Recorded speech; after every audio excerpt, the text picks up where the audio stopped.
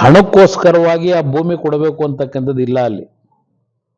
ಈಗಾಗಲೇ ಆ ಭಾಗದ ರೈತರು ದೊಡ್ಡ ಮಟ್ಟದಲ್ಲಿ ಪ್ರತಿಭಟನೆ 535 ದಿನ ಆಗೋಗಿದೆ. ಈಗ ಪ್ರತಿಭಟನೆ ಏನ್ ಮಾಡ್ತಾ ಇದ್ದಾರೆ, ಕೊಡಲ ಭೂಮಿನ ನಾವು 6 ಲಕ್ಷ ಲೀಟರ್ನ ಇವತ್ತು ಉತ್ಪಾದನೆ ಮಾಡಿ ನಾಡಿನ ಜನತೆಗೆ ಕೊಡ್ತಾ ಇದ್ದೇವೆ, ಅದರಿಂದ ಬದುಕ್ತಾ ಇದ್ದೇವೆ. ಇದೇ ಸದನ ಸಮಿತಿ ಮಾಡಿದ್ರಲ್ಲ, ಸತ್ಯಶೋಧನಾ ಸಮಿತಿ, ಶಿವಕುಮಾರ್ ಅವರು ಆ ಸಮಿತಿ ಸದಸ್ಯರಿದ್ರಲ್ಲ, ಅವತ್ತು ಅಲ್ಲಿ ಮಾಡಬಾರ್ದು ಅಂತ ತೀರ್ಪು ತಗೊಂಡ್ರಲ್ಲ ನಾನು ಮುಖ್ಯಮಂತ್ರಿ ಇದ್ದಾಗ. ಈಗ ಯಾಕಪ್ಪ ಇದಕ್ಕೆ ನಿಮ್ಗೆ ಜ್ಞಾನೋದಯ ಆಗಿದೆ ಈಗ ಮಾಡಬೇಕು ಅಂತ ಹೇಳಿ? ಅವತ್ತು ರೈತರು ತೆಂಗಿನ ಗಿಡ ಇದೆ, 1 ಲಕ್ಷ ತೆಂಗಿನ ಗಿಡ, ಏನೋ ಮಾವಿನ ಗಿಡ, ಹುಣಸೆ ಗಿಡ, ಇದೆಲ್ಲ ಅವತ್ತು ಕೊಟ್ಟಿದ್ದೀರಲ್ಲ ತೀರ್ಪು. ಇಲ್ಲಿ ಯಾವುದು ಯೋಜನೆ ಬರಬಾರದು ಅಂತ ಹೇಳಿ.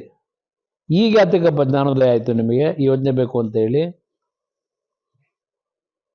ಇದಕ್ಕೆ ಏನು ರೇಟ್ ಫಿಕ್ಸ್ ಮಾಡ್ತೀರಿ? ಈಗ ನೀವು ಮಾಡೋದೇ ಆದರೆ ಮಾಡೇ ಮಾಡ್ತೀನಿ ಅಂತ ಹೇಳ್ತೀರಲ್ಲ, ಇವತ್ತಲ್ಲಿಗೆ ಎಷ್ಟು ಕೋಟಿ ಮಾಡಬೇಕಾಗತ್ತೆ ಒಂದೊಂದು ಎಕರೆಗೆ ರೇಟ್ನ? ನಿಮ್ಮ 2 ಕೋಟಿ ಅವತ್ತು 25 ಲಕ್ಷ ಮಾಡಿದ್ರು 20 ವರ್ಷದಿಂದ. ನಾನೀಗ ಅದನ್ನು 2 ಕೋಟಿಗೆ ಕೊಡಬೇಕು ಅಂತ ತೀರ್ಮಾನ ಮಾಡಿದ್ದೇನೆ. ಇವತ್ತು ಆ ಭಾಗದಲ್ಲಿ ಆ ಲ್ಯಾಂಡ್ ವ್ಯಾಲ್ಯೂ ಏನಿದೆ ಅನ್ನೋದು ಇವ್ರಿಗೇನು ಗೊತ್ತಿಲ್ವೇ? ಯಾವ ಕಾರಣಕ್ಕೆ ಇಷ್ಟು ಹಠ ಮಾಡಿ ಹೊರಟಿದ್ದೀನಿ ಬಿಡದಿ ಪ್ರಾಜೆಕ್ಟ್ ಮಾಡಬೇಕು ಅಂತ ಹೇಳಿ? ಯಾರನ್ನ ಇವತ್ತು ಅದರಲ್ಲಿ ದುಡ್ಡು ಮಾಡ್ತಕ್ಕಂಥದ್ದಕ್ಕೆ ಇವತ್ತು ಸಪೋರ್ಟ್ ಕೊಡ್ಲಿಕ್ಕೆ ಹೊರಟಿದ್ದೀರಿ? ಇಲ್ಲ ನೀವೇ ಮಾಡ್ಲಿಕ್ಕೆ ಹೊರಟಿದ್ದೀರೋ? ಮುಂದೆ ಬಹಳ ವಿಷಯಗಳಿದೆ. ನಾನು ಯಾವುದೇ ಅಸೂಯೆಗೆ ಈರ್ಷೆಯಿಂದ ನಾನು ಟೀಕೆ ಮಾಡಲ್ಲ. ಒಬ್ಬ ವಿರೋಧ ಪಕ್ಷದಲ್ಲಿ ಏನಿದ್ದೆ ನಾನೊಂದು ಪಕ್ಷದ ಅಧ್ಯಕ್ಷ ಏನಿದ್ದೇನೆ, ಈ ರಾಜ್ಯದಲ್ಲಿ ಅನ್ಯಾಯಗಳಾದಾಗ, ಸರ್ಕಾರ ತಪ್ಪು ದಾರಿಗೆ ಹೋದಾಗ, ಸರ್ಕಾರ ನಡೆಸ್ತಕ್ಕಂಥವ್ರು ತಪ್ಪು ಹೆಜ್ಜೆ ಇಟ್ಟಾಗ ಅದನ್ನ ಎತ್ತಿ ಹಿಡಿಯತಕ್ಕಂಥದ್ದು ನನ್ನ ಕೆಲಸ. ನೀವು ಕಾನೂನು ಬಾಹಿರವಾಗಿ ಲೂಟಿಗೆ ಆಸ್ಪದ ಕೊಡ್ತಕ್ಕಂಥದ್ದನ್ನ ನೋಡ್ಕೊಂಡು ನಾನು ಮೌನಕ್ಕೆ ಶರಣಾಗಿರ್ಬೇಕಾ?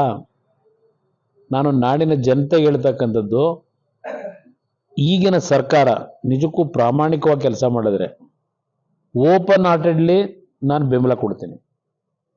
ಯಾವುದೇ ರೀತಿ ಇಲ್ಲಿ ಅಸೂಯೆಯಿಂದ ನಾನೇನೋ ಟೀಕೆ ಮಾಡ್ತೀನಿ ಅಂತಕ್ಕಂಥದ್ದು ನಾಡಿನ ಜನತೆ ಇವತ್ತು ತೀರ್ಮಾನಕ್ಕೆ ಬರಬೇಡಿ. ಇವತ್ತು ಹಲವಾರು ಭಾಗದಲ್ಲಿ ಉದ್ಯೋಗದ ಸಮಸ್ಯೆ ಇದೆ ನಿಜ. ಇವತ್ತು ಆಗಬೇಕಾಗಿರೋದು, ಹಲವಾರು ಬೆಂಗಳೂರು ನಗರದಿಂದ 100-200 ಕಿಲೋಮೀಟರ್ ದೂರದಲ್ಲಿರ್ತಕ್ಕಂಥ ಜಿಲ್ಲಾ ಕೇಂದ್ರಗಳಿದಾವಲ್ಲ, ಉತ್ತರ ಕರ್ನಾಟಕದ ಭಾಗದಲ್ಲಿ ಗುಳೆ ಹೋಗ್ತಾ ಇದ್ದಾರೆ. ಮನೆ ಬೀಗ ಹಾಕಿ ಇವತ್ತು ಯಾವುದೇ ಬೆಳೆ ಬೆಳೀಲಿಕ್ಕಾಗಿದೆ. ಉದ್ಯೋಗ ಸೃಷ್ಟಿ ಮಾಡಬೇಕು ಅಂತ ಇದ್ರೆ ನೀವು ಮಾಡಬೇಕಾಗಿರೋದು ಕಲಬುರಗಿ ಭಾಗದಲ್ಲೋ, ರಾಯಚೂರು ಭಾಗದಲ್ಲೋ, ಬಳ್ಳಾರಿ ಭಾಗದಲ್ಲೋ, ಹಾಸನ ಭಾಗದಲ್ಲೋ, ಈಗ ಹೇಳಿದಾರೆ ಹಳೆ ಕರ್ನಾಟಕದಲ್ಲೇ ಹಲವಾರು ಕಡೆ ಇವತ್ತು ಮಾಡ್ಲಿಕ್ಕೆ ಅವಕಾಶ ಇದೆ. ಅಲ್ಲಿ ಬರಡು ಭೂಮಿಗಳು ಕೆಲವು ಕಡೆ ಇದೆ.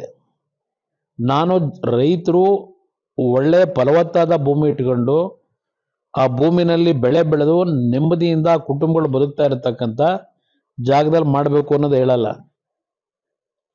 ಎಲ್ಲಿ ಮಳೆ ಆಧಾರದ ಮೇಲೆ ಅವರಿಗೆ ಯಾವುದೇ ರೀತಿ ಆರ್ಥಿಕ ಶಕ್ತಿಯನ್ನು ಬೆಳೆಸ್ಕೊಳ್ಳಕ್ ಆಗದೆ ಇರತಕ್ಕಂಥ ಬರಡು ಭೂಮಿಗಳಿರ್ಬೋದು, ಇಲ್ಲ ಸರ್ಕಾರದ ಭೂಮಿಗಳಿರ್ಬೋದು, ಅಂಥ ಭಾಗದಲ್ಲಿ ಇವತ್ತು ರಾಜ್ಯದ ಹಲವಾರು ಪ್ರದೇಶದಲ್ಲಿ 2 ಟೈರ್ ಸಿಟಿ, 3 ಟೈರ್ಡ್ ಸಿಟಿ ಅಂತ ಏನು ಹೇಳ್ತೀವಿ, ಆ ಭಾಗದಲ್ಲಿ ಇವತ್ತು ನಿಮ್ಮ ಈ ಯೋಜನೆಗಳನ್ನು ತನ್ನಿ.